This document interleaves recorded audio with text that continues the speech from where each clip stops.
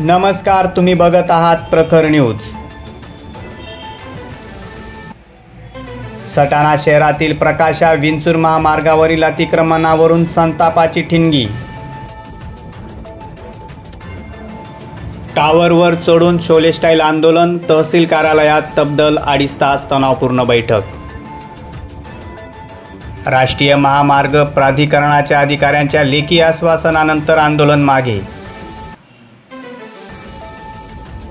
सटाणा शहरातून जाणाऱ्या प्रकाशा विंचूर महामार्गावरील अतिक्रमण हटवण्याच्या मागणीसाठी सामाजिक कार्यकर्ते पुन्हा आक्रमक झाल्याचे दिसून आले। 23 मे रोजी ताराबाद नाक्यावर झालेल्या चक्काजाम आंदोलनानंतर प्रशासनाने लेखी आश्वासन दिल्याने आंदोलन थांबवण्यात आले होते। मात्र 9 जून रोजी झालेल्या तहसील कार्यालयातील बैठकीत ठोस निर्णय न झाल्यामुळे कार्यकर्ते संतप्त झाले आणि त्यांनी थेट कार्यालयाबाहेरील असलेल्या टावरवर चढून शोले स्टाईल आंदोलन सुरू केले। हे आंदोलन सामाजिक कार्यकर्ते पंकज सोनवणे, मंगेश खैरनार, मंगेश भांबरे व प्रशांत कोठावदे यांच्या नेतृत्वाखाली झालं। 2 ते 2.5 तास सुरू असलेल्या बैठकीनंतर कुठलाही तोडगा न निघाल्याने आंदोलनकर्त्यांनी टावरवर चढून प्रशासनाला धक्काच दिला।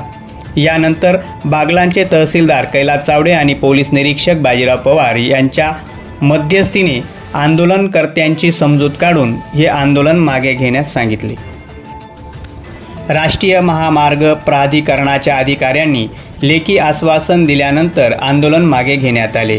येत्या 8 दिवसात अतिक्रमणधारकांना नोटीस दिली जाईल आणि प्रत्यक्ष अतिक्रमण हटवण्याची कारवाई सुरू केली जाईल, असे प्रशासनाने यावेळी स्पष्ट केले।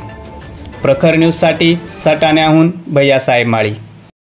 आज सटाणा तहसील कार्यालयात माननीय तहसीलदार साहेब यांच्या अध्यक्षतेखाली ही 3 तास मॅरेथॉन बैठक चालली। या बैठकीत ठोस असा तोडगा न निघाल्यामुळे आम्ही आंदोलन केलं, टावरवर चढलो। अंतिम शेवटी निर्णय निघाला। त्यांनी एक पत्र दिलं, त्या पत्रात त्यांनी नमूद केलं 7 दिवसाचा अवधी आमच्याकडे मागितला। 7 दिवसात अतिक्रमणधारकांना नोटीस देऊ आणि अतिक्रमणाची कारवाई आम्ही सुरू करू।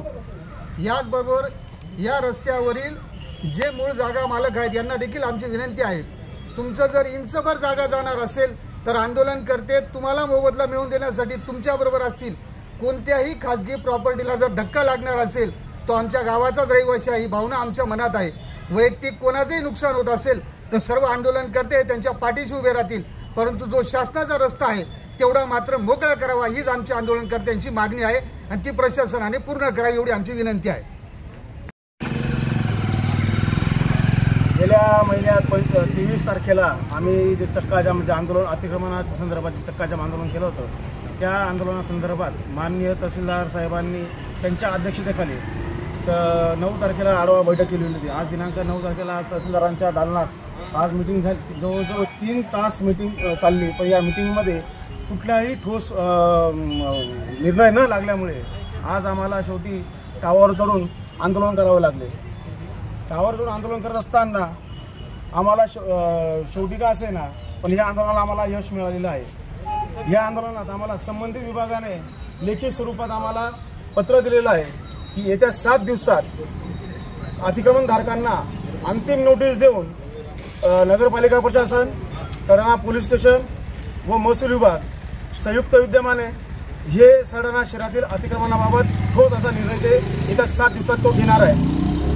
आणि येत्या 7 दिवसात जर समजा कुठल्याही पद्धतीने ठोस निर्णय न झाल्यास यापेक्षा तीव्र स्वरूपात आम्ही आंदोलन छेडण्यात येईल। याची मी सटाणा शहरातील सर्व नागरिकांना एक विनंती करतो की आज आपल्या सटाणा शहरातून जो राष्ट्रीय महामार्ग जात आहे, विंचूर महाप्रकाशा महामार्ग, त्या महामार्ग जर समजा आज आपण जागरूकतेने जर समजा याच्याकडे आज लक्ष दिले नाही तर येणाऱ्या 25 वर्षाच्या कार्यकाळात कुठल्याही पद्धतीने या विंचूर प्रकाशा महामार्गावर कुठल्याही प्रकारे निधी खर्च करण्यात येणार नाही।